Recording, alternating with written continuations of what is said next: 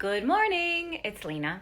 It's Friday, and I just want to pop in here really quick because I was on the phone with a friend this morning, and she was sharing how she's had a lot of her exes, like a handful of exes, reach out to her. And if you're experiencing some reconnection, if you will, either from past lovers, past friends, past employers, just anything from the past coming forward, like reaching out, reconnecting with you or attempting to.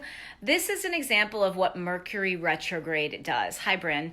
And here's why it's important for you to recognize it. So it's not just random people coming back to you. It's literally whoever is coming back into your life right now, or whatever situation is representing itself or re-representing itself, is actually in that is a lesson for you to understand what and to help you get clear on what you want moving forward.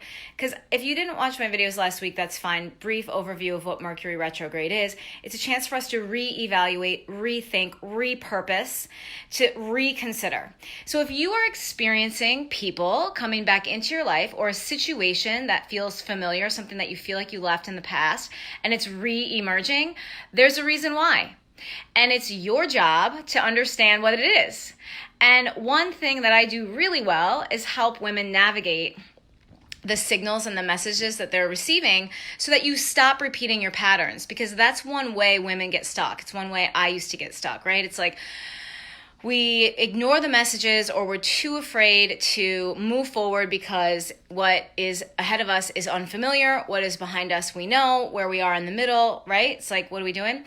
But I came on because I just got really fired up about that. I just was like, well, maybe this will help you.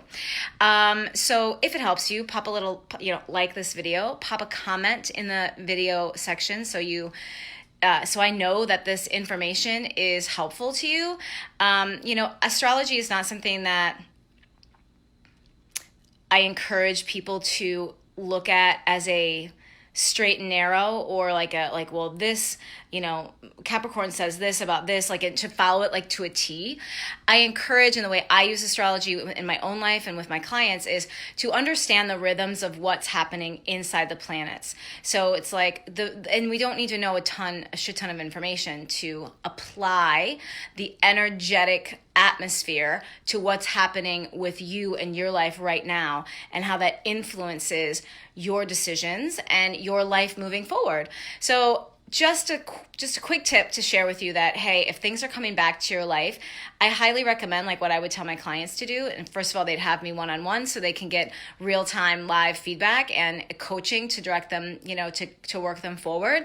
But without that value for you, I would recommend that you write down what's coming back to you and get reacquainted with what that experience was for you in the past, and look and see what it's bringing you right now to help you decide on where you're going in the future. So as an example, if you've got somebody in your past that's coming back, and they're, let's use relationships as an example, and your experience with them was that they were a player, they weren't really available for what you wanted, and they're re-emerging in some way, like maybe they're just re-engaging with you, right?